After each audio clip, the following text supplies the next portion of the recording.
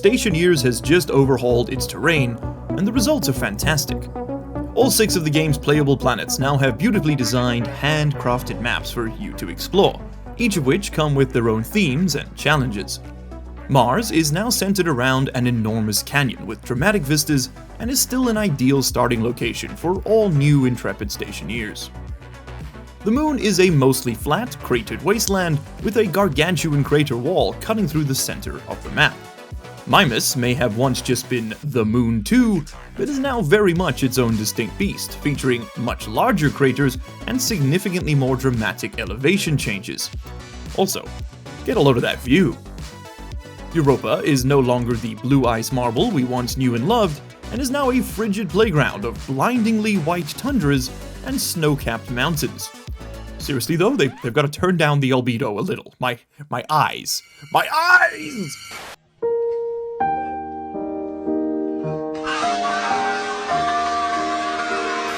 Venus is still pretty much just hell. Dried up sulfur flats and enormous oppressive mountains are all that will greet any Stationeers foolish enough to step foot on this nightmarish rock.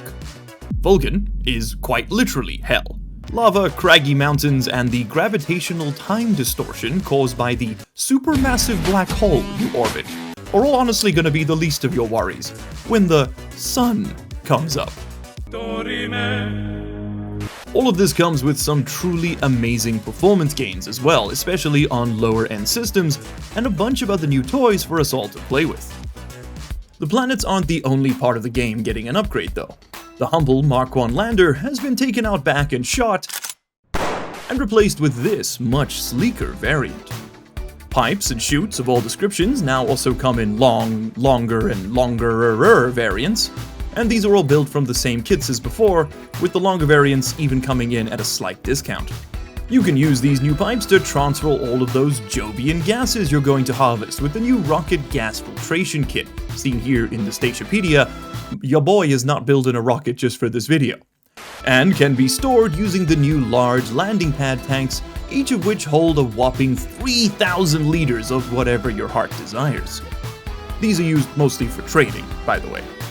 But largely unemployed, how will I access these newfound riches, I hear you cry from down there? Why, with the new wide airlock variant, of course, which can be built from the same airlock kit as its Ozempic predecessor. But don't let health and safety hear you call it that, at least not without your snazzy new hard hat anyway. You can strap this over your precious dome while appreciating the reworks of both the Ice Crusher, which is essential to survival in Stationeers, and the Cryotube, which until right now was simply a form of digital voluntary euthanasia in Stationeers. Both items have had their interfaces and functionality upgraded to provide players with as much information as possible about what the hell they're even doing in there. And speaking of information, we've got 3 new computer parts to play with too. The actual computer block itself now has a wall and standing versions. They're much larger than the originals. However, there's a small problem. Now, if you're anything like me, you may be a little bit confused about how to put motherboards into these new machines. For the old ones, there was a hatch you simply pop open right over here and you can insert it. But rather importantly, you could also do this when they were deconstructed. As you can see, you can place the board in, build it up again, and it'll all work. This doesn't work for the new TVs. You gotta build them fully, and then you can pop open the hatch on the side and insert your motherboard over there. Just something to be aware of. It's not a huge train smash, but you don't seem to be able to put them in during the initial build state. I'm sure that's something that will get fixed. Moving on, the IC housing now has a snazzy new compact version, and there is now also a natively integrated PID controller to help prevent your Stirling engines from blowing themselves up. To be completely honest with you, I still have absolutely no idea how these things are supposed to work. I have a vague notion, but absolutely no meaningful knowledge. And I'll be honest, I have even scarcer chances of ever actually coming to this realization on my own.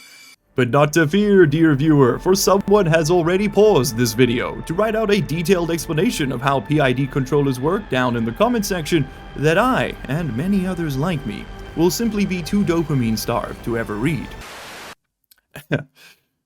Anyway, do you remember that Mark II lander from earlier? Great.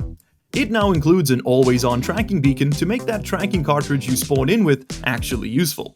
The functionality of the old GPS cartridge has been merged with this one now too, which provides a really handy reference point for exactly where you are in the world. In order to switch what you're tracking, simply scroll your mouse wheel while holding the tablet in your hand. Speaking of planetary mapping, we now have planetary mapping. Players will be able to launch a rocket, again, not doing that for this video, equipped with a deep scanner into orbit to slowly, and I do mean slowly, map out the deep ore veins present in each region of the new map. Don't forget your map motherboard, of course. Did we forget to mention that? Whoops.